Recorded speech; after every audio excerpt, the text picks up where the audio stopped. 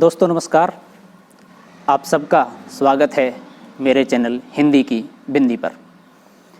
आइए आज कुछ नई चीज़ सीखते हैं हिंदी भाषा, हिंदी साहित्य, हिंदी व्याकरण में।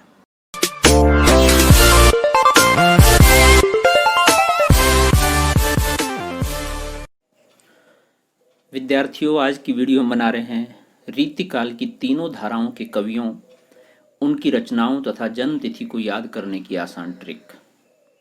जैसा कि हमने पहले आपको बताया था कि जितने भी टॉपिक हम पढ़ाएंगे उन टॉपिकों के बाद प्रत्येक टॉपिक की एक ऐसी वीडियो बनाएंगे जिससे कि आप उस टॉपिक को आसानी से याद कर सकें।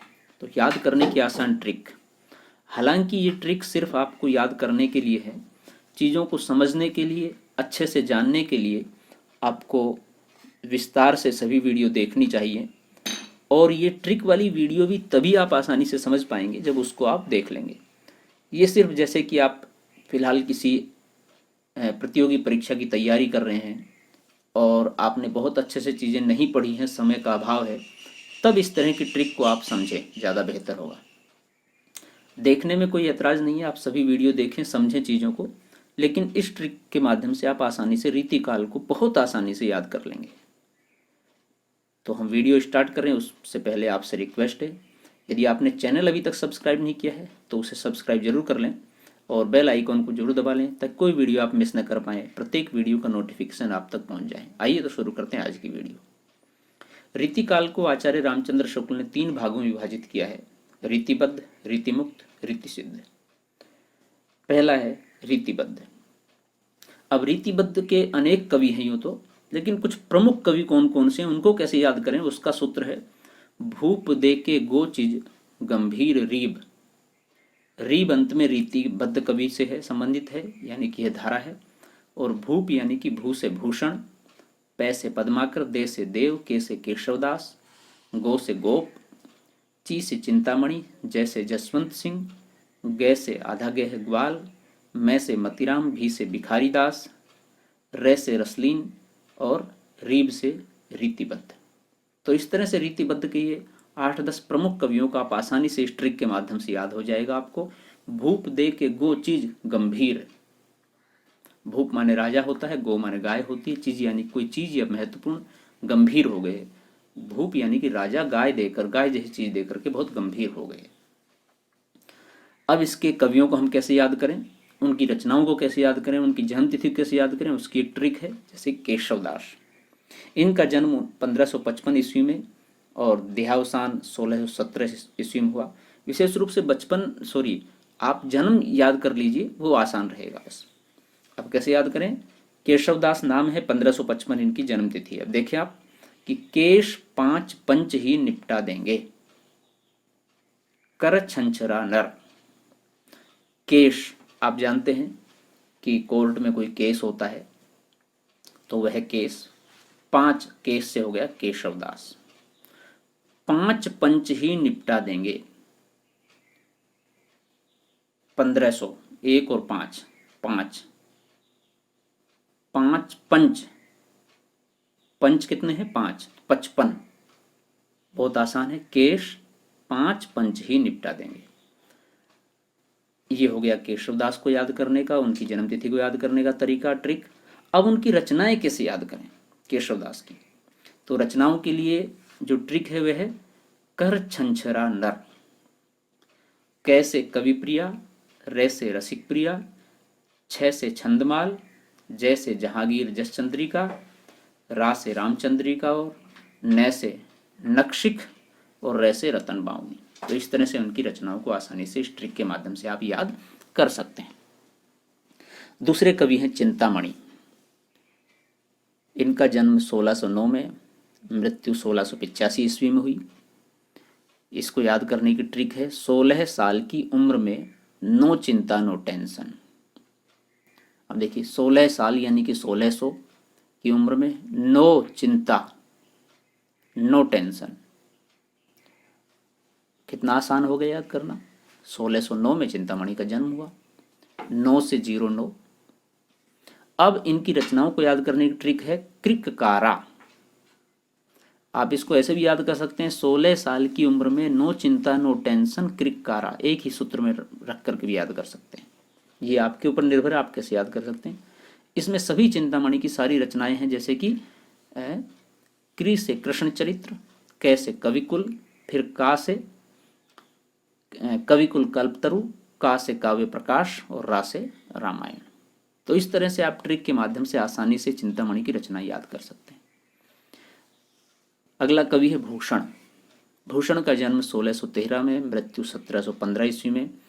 इसको याद करने की ट्रिक है, 16 साल में लड़कियों को तेरा भाषण नहीं भूषण अच्छा लगता है। भूषण माने आप जानते हैं आभूषण, श्रृंगार। तो ये जो उम्र है, एक यौवन की उम्र है, एक उम्र के ऐसा पड़ाव है जिसमें परिवर्तन होता है। और आपको बता दें कि रीतिकाल के अधिकतर कवियों का समय यही है, लगभग 1500 या 1600। कोई एक दो कवि जाएगा आपको 1700 के आसपास का हुआ बस, नहीं तो 1500 1600 इन्हीं में ही इनका जन्म स्थान है। तो ये भी आप विशेष रूप से ध्यान रखें। तो ये ट्रिक क्या है कि 16 साल में लड़कियों को तेरा भाषण नहीं भूषण अच्छा लगता है। 16 साल में लड़कियों को तेरा, तेरा का मतलब यहाँ 13 से है, तेरा भाषण, भूषण, भाषण अच्छा नहीं लगता बल्कि भूषण अच्छा लगना है। तो 1613 में भूषण का जन्म। अब इसकी रचनाओं को कैसे याद करें।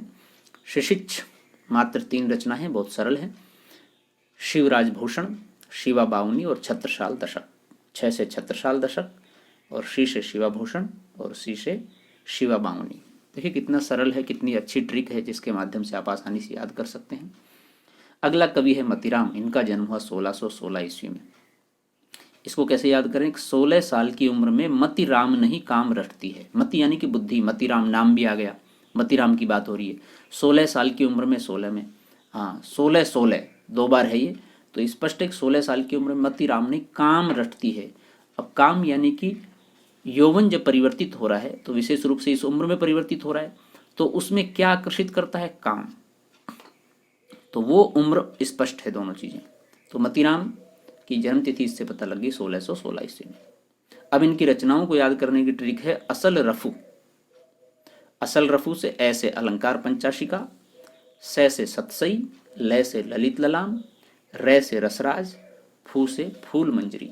तो इस तरह से मतीराम की सभी रचनाएं आपने आसानी से इस ट्रिक के माध्यम से याद कर ली। अगला कवि है जसवंत सिंह, 1626 ईस्वी से 1688 ईस्वी। अब ट्रिक क्या है, उनके जस का कोई अंत नहीं, छवि है 26। उनके जस का कोई अंत नहीं, जस का कोई अंत, जसवंत, ये इसका नाम हो गया। छवि है जिनकी 26, 1626 ईस्वी आ गई, कितना आसान है। उनके जस का कोई अंत नहीं, छवि है 26, शिशि आभा। ये ट्रिक पूरी हो गई जिसके माध्यम से आप उनकी रचनाएं, उनका जन्म, उनकी जन्म तिथि आसानी से याद कर लेंगे। शिशि आभा, सी से सिद्धांत बोध उनकी रचना का नाम है एक। दूसरी रचना फिर शिशि से, सी से सिद्धांत सार, आ से आनंद विलास और भा से भाषा भूषण। तो ये 4 रचनाएं जसवंत सिंह की आप आसानी से इस ट्रिक के माध्यम से याद कर लेंगे। अगले कवि हैं देव। इनका जन्म 1673 ईस्वी में, 1767 ईस्वी में इनकी मृत्यु। याद करने की ट्रिक है, देव के दर्शन से सब 73 गए, भाजा भर दे सुका। देव नाम आ गया, के दर्शन से सब 73 यानी कि तर गए, 73, 1673 में इनका जन्म हुआ। और भाजा भर दे सुका, ये इनकी रचनाओं को याद करने की ट्रिक है। भाजा, भा यानी कि भाव विलास, जा यानी कि जाति विलास, भय यानी कि भवानी विलास, रे यानी कि रस विलास, दे यानी कि देव माया प्रपंच, सु यानी कि सुख सागर तरंग, और का यानी कि काव्य रसायन। तो इस ट्रिक के माध्यम से आप देव की रचनाओं को, उनकी जन्म तिथि को आसानी से याद कर सकते हैं। अगले कवि हैं रसलीन। 1699 ईस्वी में इनका जन्म हुआ और 1750 में इनकी मृत्यु हुई। रस में लीन रहोगे तो 99 का चक्र पड़ जाएगा। अर्ण, ये आसान ट्रिक है। रस में लीन कवि का नाम आ गया, 99 का चक्कर पड़ जाएगा। और ये कब होता है रस में लीन? अक्सर वही 16 की उम्र, एक ऐसी उम्र जिसमें शरीर में अनेक तरह के हार्मोन्स का परिवर्तन होता है, मानसिक रूप से शारीरिक रूप से अनेक बदलाव आते हैं। तो वह उम्र है, उसका प्रभाव है, उसको आप केंद्र में रखिए। तो रस में लीन रहोगे, रस में लीन रसलीन कवि का नाम आ गया, 99 का चक्र पड़ जाएगा, 1699 जन्म है रसलीन का। अगले कवि हैं गोप। इनका जन्म 1716 ईस्वी में हुआ। इसको याद करने का सूत्र है 16 साल में गप खूब सुहाते हैं। यानी कि ये भी वही आसान तरीका है कि 16 साल में गप खूब सुहाते हैं, खूब बातें होती हैं रोमानियत की या दूसरी तरह की सुहानी बातें, तो वो आकर्षित करती हैं। गप यानी कि गोप 16 साल में, तो 1716 में इनका जन्म हुआ। इनकी रचनाओं को याद करने की ट्रिक है रार रा। 3 रचनाएं हैं, रा से रामालंकार, रे से रमाचंद्र भरण और रा से रामचंद्र भूषण। इन 3 रचनाओं को आप इस सूत्र से याद कर सकते हैं। अगले रचनाकार का नाम है पद्माकर। इनका जन्म 1753 में हुआ, 1833 में इनकी मृत्यु हुई। याद करने का सूत्र है 17वें साल में तेरे पनघट पर पदम खिल रहे, प्रपज ही प्रियंग। पूरा सूत्र यही है। अब इससे 17वें साल में, 17वें साल 1700, हाँ, तेरे पनघट, तेरेपन मिला दीजिए, तेरे पनघट 53, 1753 में पदम खिल रहे, पदम पद्माकर। कितना आसान हो गया देखिए। अब इनकी रचनाओं को याद कीजिए। प्र से प्रबोध 50, प्रपज ही प्रियंग से प्रबोध 50, फिर पै से पद्माभरण, जैसे जगत विनोद, ही से हिम्मत बहादुर विरदावली, प्र से प्रताप सिंह विरदावली, ये से यमुना लहरी और गै से गंगा लहरी। तो इस ट्रिक के माध्यम से आप आसानी से रचनाकारों के रचनाकार का और उसकी जन्म तिथि को आसानी से याद कर सकते हैं। अगले कवि हैं ग्वाल। 1791 ईस्वी में जन्म, 1898 में इनकी मृत्यु। 1791 याद रखें। ग्वाल को याद करने, इक कान में ग्वाल पुकारे, क्रब यह कुरार। इक कान में, इक कान यानी कि 91 में ग्वाल पुकारे, तो 1791 में ग्वाल पुकारे, आसानी से याद हो गया। अब इनकी रचनाएं, क्रब यह कुरार, कृ से कृष्ण जू को नक्षिक, भय से भक्त भावन, ये से यमुना लहरी, है से हमीर हट, कु से कुब्जाष्टक, रा से राधा माधव मिलन और रे से रसिक का नंद। ये रचनाएं आप क्रब यह कुरार इस ट्रिक के माध्यम से आसानी से याद कर लेंगे। अगले कवि हैं, रचनाकार हैं भिखारी दास। 1721 में इनका जन्म हुआ। 21 की उम्र में भिखारी हो गया श्रृंगारस। बहुत आसान है। 21 की उम्र में, 1721 में 21 की उम्र में भिखारी दास, 1721 जन्म हो गया।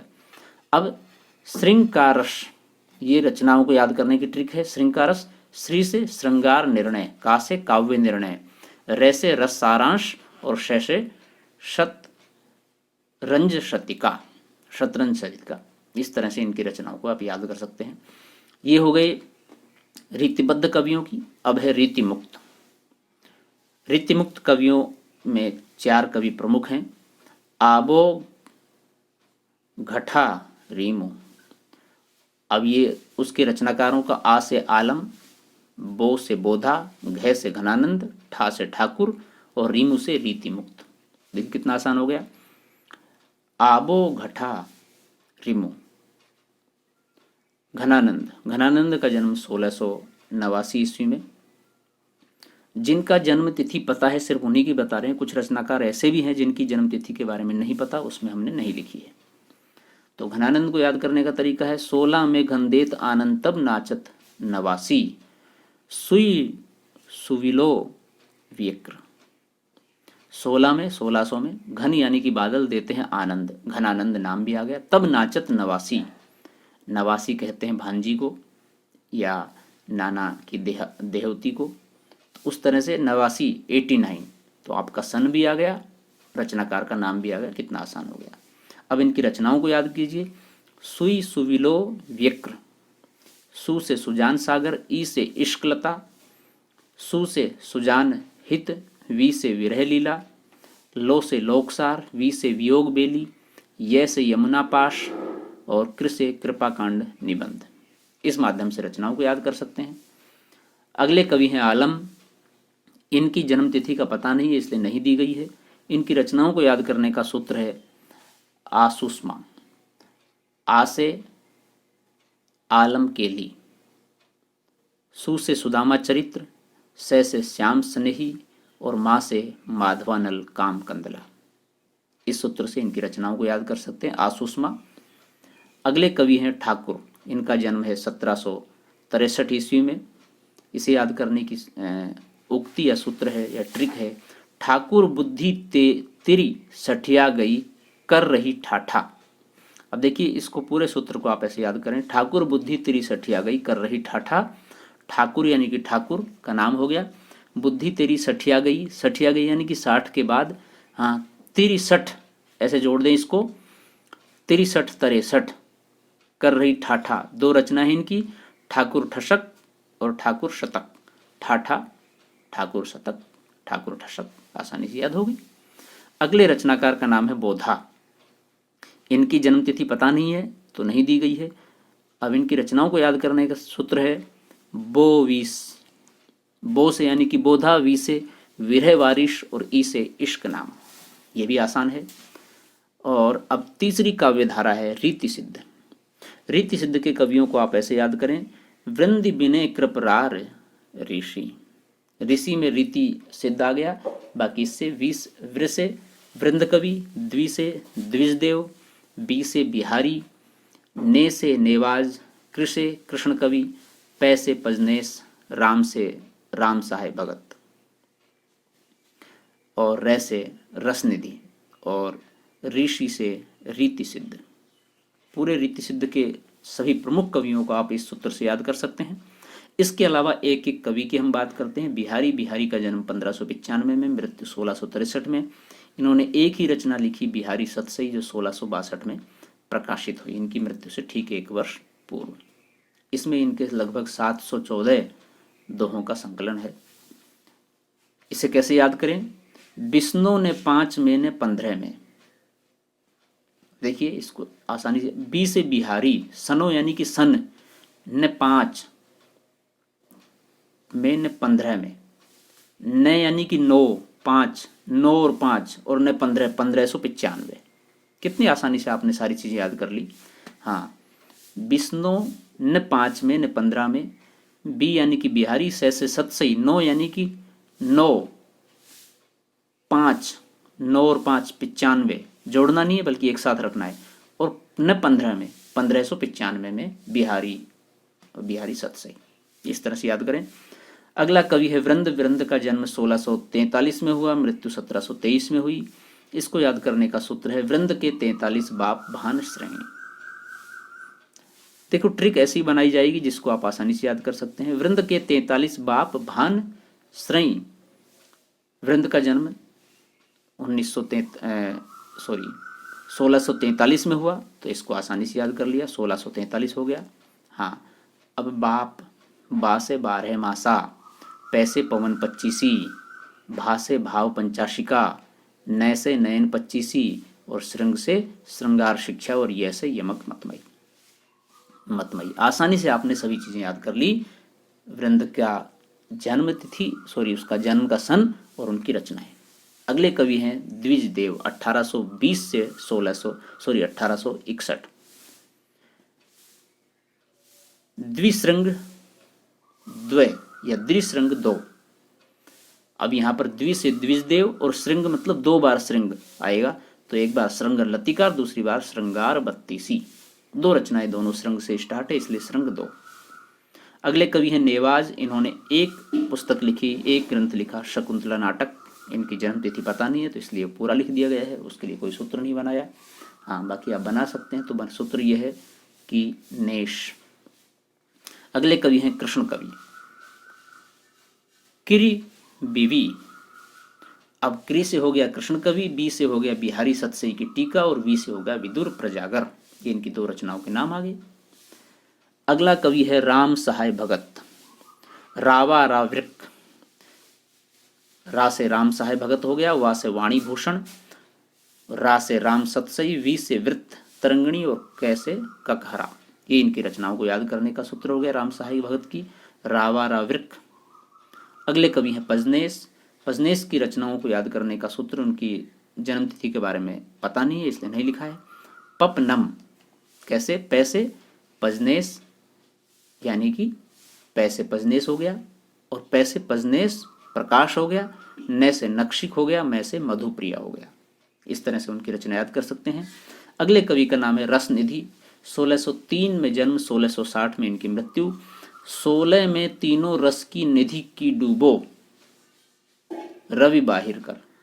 16 में तीनों रस की निधि में डूबो, या की जगह में है, 16 रस की निधि में डूबो रवि बाहिर कर। इस तरह से याद करें, 16 में तीनों रस, 1603 में रस की निधि, रस की निधि, रस निधा हो गया। अब रवि बाहिर, रे से रतन हजारा, वी से विष्णुपद कीर्तन, बा से 12 मासा, ही से हिंडोला और रे से रसनिधि सागर। तो इस तरह से आप रसनिधि की रचनाओं को इस सूत्र के माध्यम से याद कर सकते हैं। तो विद्यार्थियों, ये थी आज की वीडियो जिसमें हमने रीतिकाल के सभी कवियों को, यानी कि सभी प्रमुख कवियों को, उनकी काव्य धाराओं को, उनकी जन्म सन को और उनकी रचनाओं को याद करने की एक आसान ट्रिक, एक आसान सूत्र आपको समझाया, एक बताया। आशा है आपने वीडियो पूरी देखी, इसके लिए आपका बहुत बहुत धन्यवाद। और वीडियो के माध्यम से आप बहुत कुछ लाभान्वित महसूस करेंगे अपने आप को। आप आसानी से रीतिकाल के सभी कवियों को याद कर सकते हैं, आसानी से समझ सकते हैं, उनकी रचनाओं को याद कर सकते हैं। वीडियो आपको कैसी लगी हमें कमेंट्स के माध्यम से ज़रूर बताएं। यदि अच्छी लगी तो इसे लाइक करें और अपने दूसरे सहपाठियों के साथ भी इसे साझा करें ताकि वो भी इससे लाभान्वित हो सकें। और आपने अभी तक यदि चैनल को सब्सक्राइब नहीं किया है तो प्लीज़ उसे सब्सक्राइब जरूर कर लें, बेल आइकन को जरूर दबाएं ताकि कोई वीडियो आप मिस न कर पाएँ। यदि आपने सब्सक्राइब कर लिया है तो धन्यवाद, दोबारा सब्सक्राइब करने की फिर आवश्यकता नहीं है, एक बार सब्सक्राइब होता है बस। और हमारी लगातार वीडियो आप देखते रहें, इन सब में आपको बहुत अधिक लाभ मिलेगा, बहुत अधिक आपको सीखने को मिलेगा। ये रीतिकाल से संबंधित बहुत सारी चीज़ें हमने आपको स्पष्ट कर दी हैं। अब हम नेक्स्ट वीडियो में नेक्स्ट टॉपिक के साथ फिर मिलते हैं। तब तक के लिए आप घर पर रहें, बहुत ज़रूरी हो तो घर से बाहर भी जाएं, अपने कार्य करते रहें, लेकिन सुरक्षित रहें, अपने आप को सुरक्षित रखें, परिवार को सुरक्षित रखें, देश को सुरक्षित रखें। शुक्रिया, नमस्कार।